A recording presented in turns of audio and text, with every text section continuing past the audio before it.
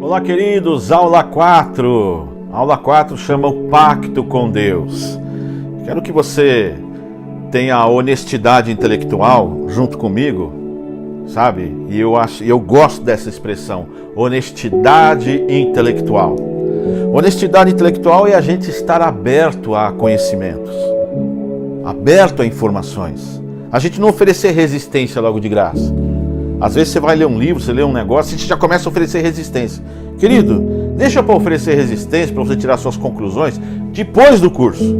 Agora não.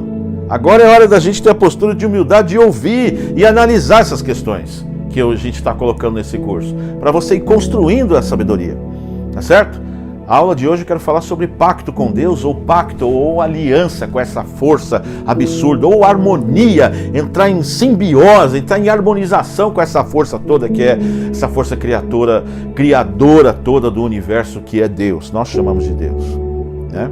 E para isso eu queria dar alguns exemplos aqui.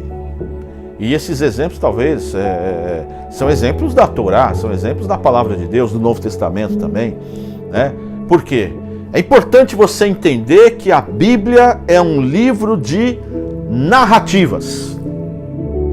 Eu vou repetir. A Bíblia é um livro de narrativas, de narração. Lucas, ele já começa o livro dele dizendo assim: tendo por muitos empreendido narrar os fatos, eu também achei conveniente descrevê-los. Lucas fala: muitos narraram os fatos, eu também achei conveniente escrever o que aconteceu. E Lucas pega uma prancheta e uma caneta e sai entrevistando pessoas e fazendo relatório, e ele coloca o documento dele, ele coloca a narrativa dele, porque ele chega para a pessoa e pergunta: você andou com ele? Andei. Como é que foi? E ele escreve aquilo, e ele pega aquilo que a pessoa falou e escreve e entrega isso para nós. Entrega isso para nós. Na Bíblia não existe a palavra eu acho. Eu acho é coisa de filósofo. Eu penso que. A minha opinião é. Isso é coisa de filósofo. Na Bíblia não tem isso.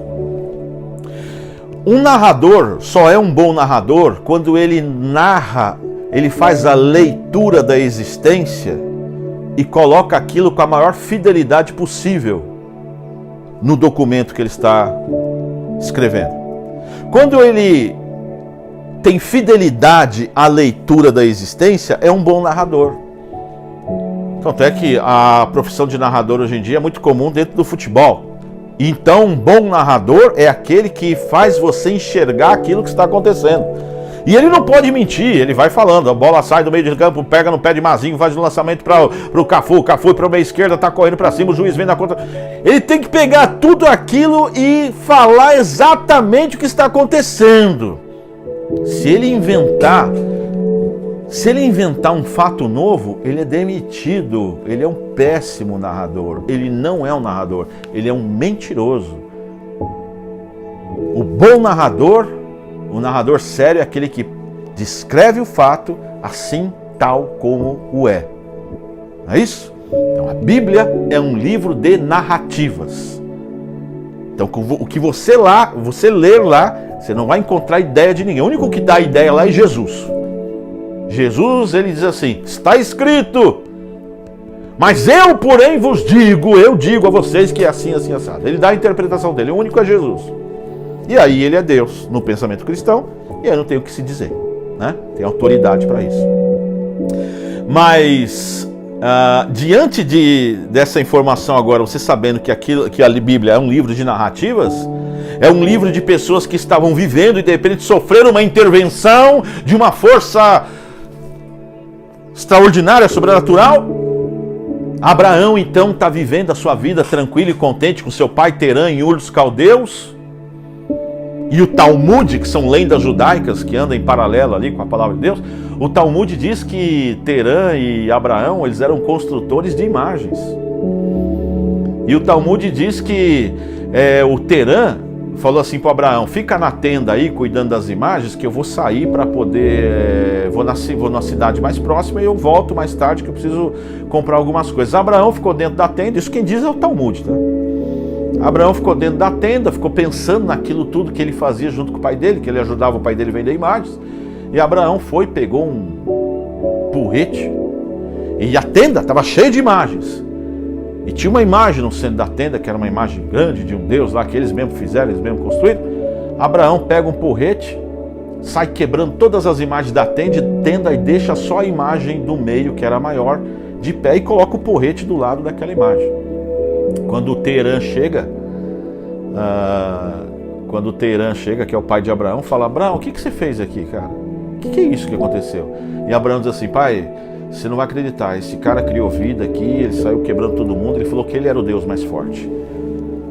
E aí Teerã disse assim: filho, isso é impossível, foi nós que fizemos isso.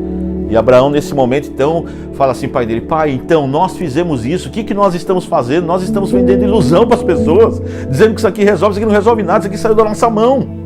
E ele sai da tenda, e nesse momento que ele sai da tenda, o Talmud diz que acontece Gênesis 12:1. É quando Deus chega para Abraão e se revela, e uma voz fala na mente de Abraão. Que a gente tem um jeito romantizado de pensar que Deus fala com o céu se abrindo, voz de Cid Moreira, Abraão. E não é isso. Isso é um jeito poético, romantizado, não tem nada a ver com isso. Deus pode ter falado, o fato é que Deus se comunicou com Abraão. Esse é o fato, não interessa como. E de repente Abraão, então indignado, saindo da tenda ali, e uma voz fala na mente de Abraão: sai da tua terra, da tua parentela, sai do meio dos teus parentes, eu vou te mostrar uma terra, eu vou te abençoar, vou te fazer uma grande nação, sai daí, eu quero revolucionar a tua vida. E Abraão ouve isso, que o incomoda, e ele decide fazer: cara, eu vou sair. Uma voz falou comigo, algo me incomodou, algo me afetou, eu não posso ficar do jeito que eu estou, eu vou me afastar daqui, eu vou sair. Com Moisés a mesma coisa. Moisés, general de guerra, cara, um cara vivido, um cara com 80 anos, um cara muito experiente, um cara que tinha largado o Egito, que era quase faraó, que está criando ovelha, que está com a vida dele tranquilo, o cara que não quer saber de nada.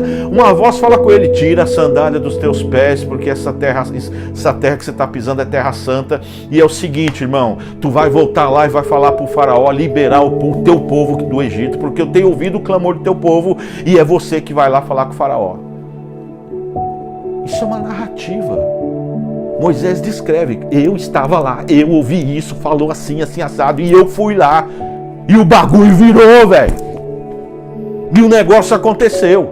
Então tem uma força que está aí, que ela está tentando se comunicar com a gente, cara.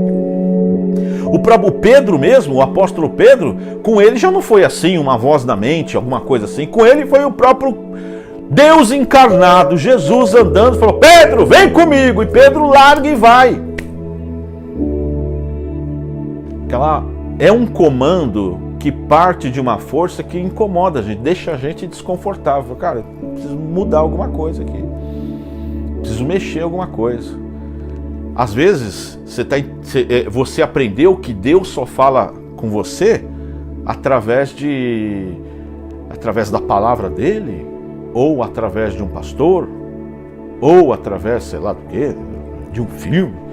Eu aprendi que Deus fala comigo através de tudo que Ele quiser, inclusive direto na minha mente, através da razão. E vou te explicar por quê. Nós vamos ver isso algumas vezes. Livro de João, capítulo 1, verso 1, diz assim: no princípio era o verbo estava com Deus e o verbo era Deus. Essa palavra verbo é uma palavra que foi escrita em grego. E em grego chama-se logos. E logos é uma palavra que deu origem à palavra lógica, deu origem à palavra razão. Razão, no dicionário Priberan, é inteligência. Então, se eu traduzir logos por razão, que também pode ser traduzido, ficaria: no princípio era a razão estava com Deus e a razão era Deus. E se a gente entender que Deus não é só razão, mas é também razão, então a razão é Deus falando com você.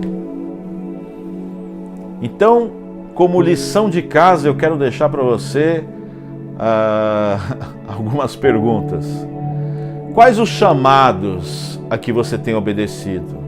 Porque Abraão obedeceu esse chamado, ele obedeceu, essa voz fritou no cérebro dele, ele ficou tão incomodado que ele falou: cara, eu vou fazer isso.